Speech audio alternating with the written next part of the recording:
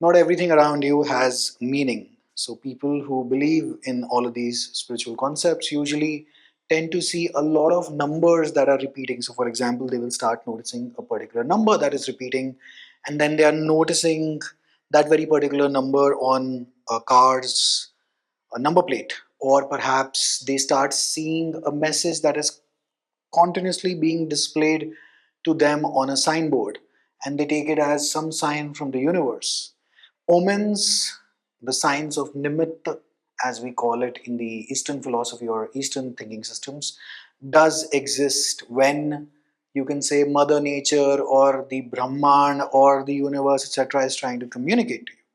But in my experience, what I've noticed is that not everything has a meaning, and people tend to, or rather, the mind of the people tends to latch on to things to self justify a lot of reality that it wants to believe in, and constantly goes on the hunt to spot the very same pattern, whereas it may just not mean anything. So for example, if you start seeing the number double eight, for example, just a hypothetical example, and you see it over and over and over again, and maybe you're thinking that, what does this mean? What am I being, what do the stars want to tell me? Perhaps nothing.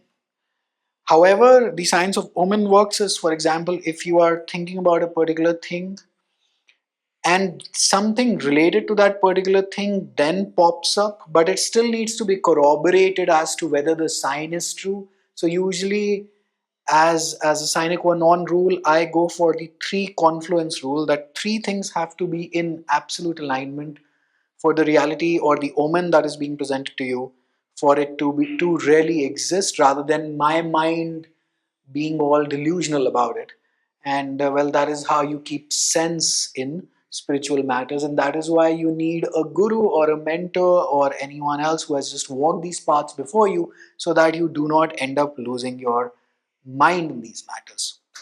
So therefore, do not lose your mind. Nothing, not everything has meaning, but some things do, and it's very difficult to decipher which ones.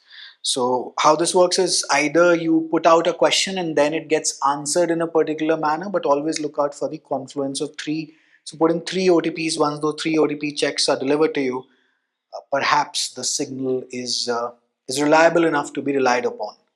Wishing you all the very best with your omen spotting. Don't go overly looking out for them, because not everything has meaning. Take care. Bye.